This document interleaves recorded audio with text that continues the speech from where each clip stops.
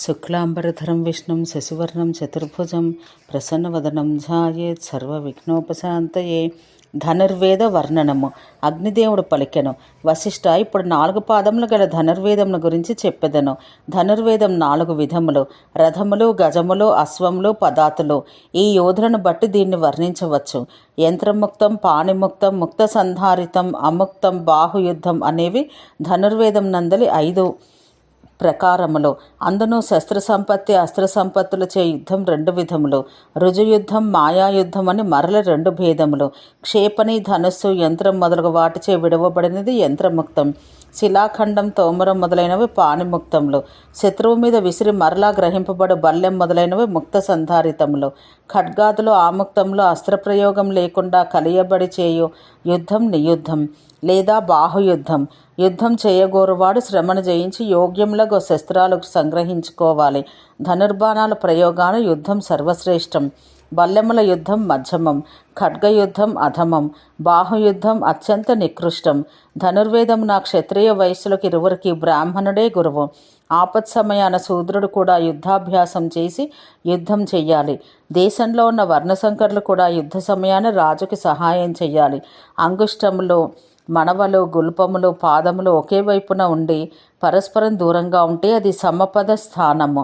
2 పాదములను వేళ్ల బలంపై నిలిచి మోకాలు బిగయబట్టి ఉండగా 2 పాదముల మధ్య భాగం 3 జానలుంటే అది వైశాఖ స్థానం. 2 మోకాళ్ళు హంస పంక్త్యాకారంన కనబడుచు 4 జానులు ఎడముంటే అది మండల స్థానం. కుడికాలు మోకాలు ముందుకు చాపగా 2 పాదముల మధ్య 5 జానులుంటే అది అలీఢం.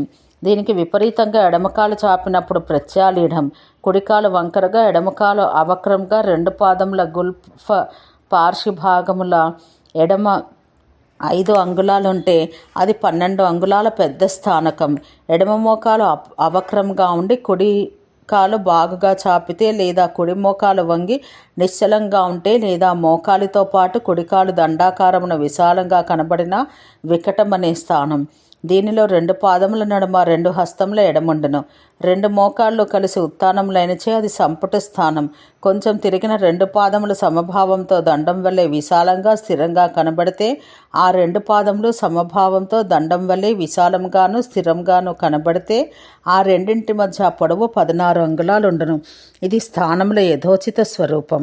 వశిష్ఠ, యోధులు ముందుగా ఎడమచేత ధనుసును, కుడిచేత బాణాలు ధరించి విడిచిన బాణములు స్వస్తికాకారంన ఉండనట్లు చేసి వాటితో గురుజనులకు నమస్కారం చెయ్యాలి.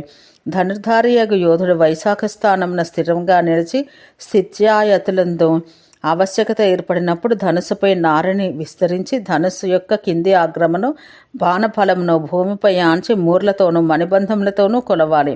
ఓ ఉత్తమ వ్రతపాలక, ఆ యోధుని బాణం కంటే ధనుస్సు సర్వదా పెద్దగా ఉండాలి. పిడికిలికి ఎదుట బాణ పుంఖమునకు ధనుర్దండమునకు మధ్య 12 అంగుళాల దూరం ఉండాలి.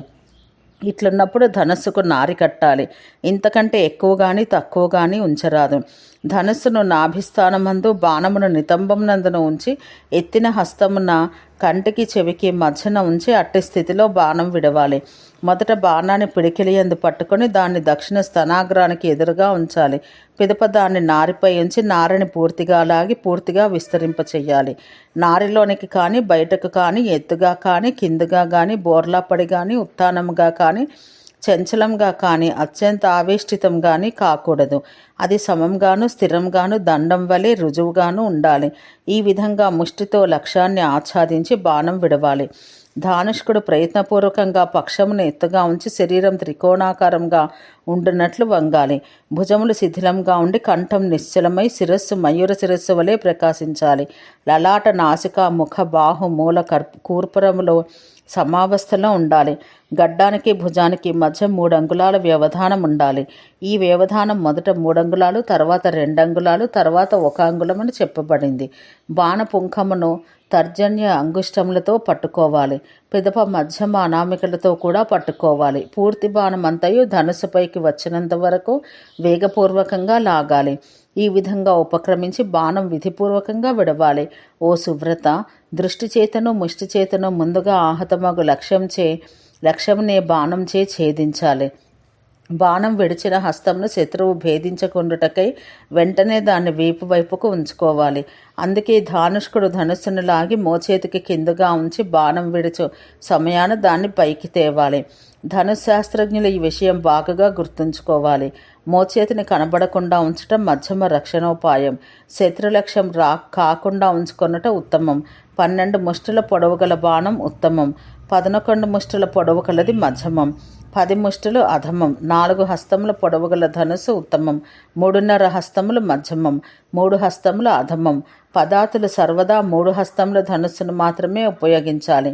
అశ్వము, రథము, గజము ఎక్కి యుద్ధం చేయవారు ఉత్తమ ధనుస్సు మాత్రమే ఉపయోగించాలి. ఓం శాంతి శాంతి శాంతి.